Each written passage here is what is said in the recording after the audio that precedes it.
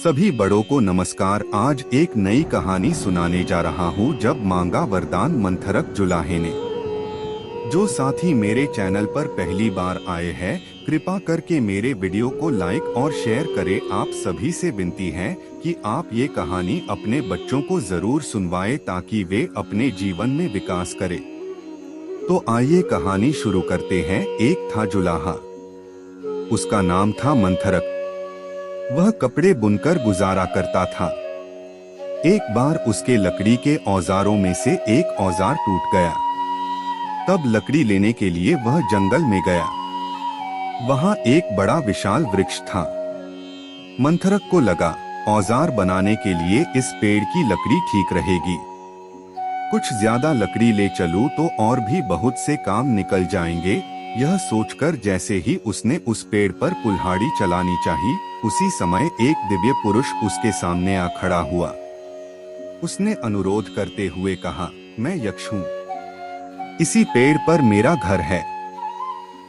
अगर तुम इसे न काटो तो जो वरदान चाहो मैं दे सकता हूँ। सुनकर मंथरक जुलाहे ने खुश होकर कहा, ठीक है, पर मुझे थोड़ा सोचने का समय दे दीजिए। कल आकर मैं वरदान मांग लूंगा। जुलाहा जंगल से लौट रहा था, तभी रास्ते में उसे एक नाई मिला। उसका नाम था नकुल। वह मंथरक का दोस्त था। नकुल बोला, क्यों भाई, आज बड़े खुश लग रहे हो? क्या बात है? इस पर मंथरक जुलाहे ने पूरी घटना बता दी। फिर कहा, अब कौन सा वर मांगू, मैं यही सोच रहा हूँ। नकुल ने कहा, इसमें सोचने की क्या बात है, अपने लिए राज्य मांग लो। राज्य के साथ ही सारी खुशियां खुद ब खुद मिल जाती हैं। तुम्हें राजपाट मिले तो मुझे मंत्री बना लेना, फिर हम खूब ठाठ से रहेंगे। इस जन्म का आनंद तो लेंगे ही, उस जन्म में भी खूब सुख पाएंगे। जुलाहा बोला, बात तो तुम्हारी ठीक है, पर मैं जरा घर जाकर पत्नी से चर्चा करना चाहता हूँ। उम्मीद है आपको कहानी पसंद आ रही होगी। कृपा करके मेरी वीडियो को लाइक शेयर कर दे और मेरे चैनल को सब्सक्राइब कर दे। अब आगे की शेष कहानी सुनिए। नकुल ने कहा, देखो भाई, मुझे तो इसमें खतरा लग रहा है। कहीं ऐसा न हो कि तुम्हारी पत्नी कोई एकदम अटपटी राय दे दे और तुम मुसीबत में पड़ जाओ। कई बार लोग पत्नी के कहने में आकर बड़े उटपटांग काम भी कर जाते हैं और उनसे उनकी बड़ी जगहसाई होती है। इससे तो अच्छा है जो तुम्हें ठीक लगता है वह करो। इस पर मंथरक जुलाहे ने कहा, कुछ भी हो, मैं एक बार पत्नी से सलाह जरूर करूंगा। वह बड़ी भली है, मेरा अच्छा बुरा समझती है और हमेशा अच्छी सलाह ही देती है। लिहाजा जो वह कहेगी वैसा ही करूंगा। घर आकर मंथरक जुलाहे ने पत्नी को सारी बात बताई।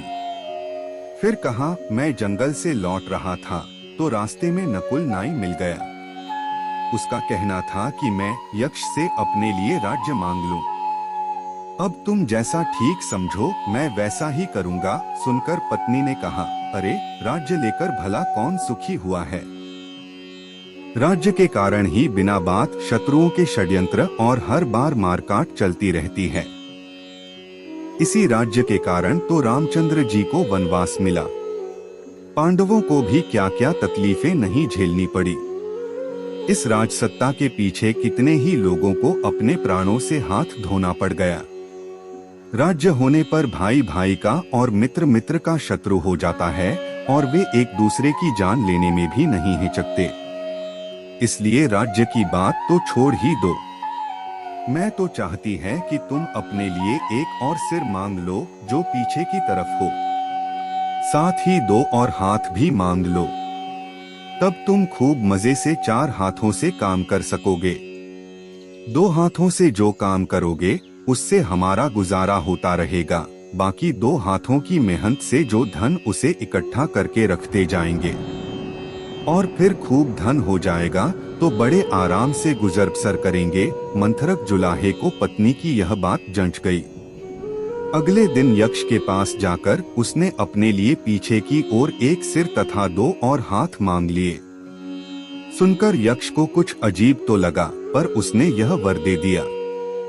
फौरन मंथरक जुलाहे का पीछे की ओर भी एक सिर निकल आया, 2 हाथ भी और हो गए। वह खुशी खुशी घर आ रहा था, लेकिन रास्ते में जैसे ही गांव वालों ने 2 सिर और 4 हाथों वाले इस विचित्र आदमी को देखा, उन्होंने उसे राक्षस समझा और पत्थर फेंक फेंक कर मार डाला। बेचारा मंथरक जुलाहा। मांगा तो उसने वरदान था, पर वह अटपटा वरदान उस बेचारे के लिए ऐसा अभिशाप साबित हुआ कि उसे अपनी जान से ही हाथ धो लेना पड़ा। पूरी कहानी ध्यान से सुनने के लिए धन्यवाद। अंत में यही कहूँगा, ईश्वर आप सभी को सुखी रखे और अपना ख्याल रखे। उम्मीद है कि आपको यह कहानी पसंद आई होगी। आपका कोई भी सुझाव है तो मुझे कमेंट में कह सकते हैं। कृपा करके आप मेरे चैनल को सब्सक्राइब करें और मेरी वीडियो को लाइक करें। अब मैं मिलता हूँ आपको अगली वीडियो में।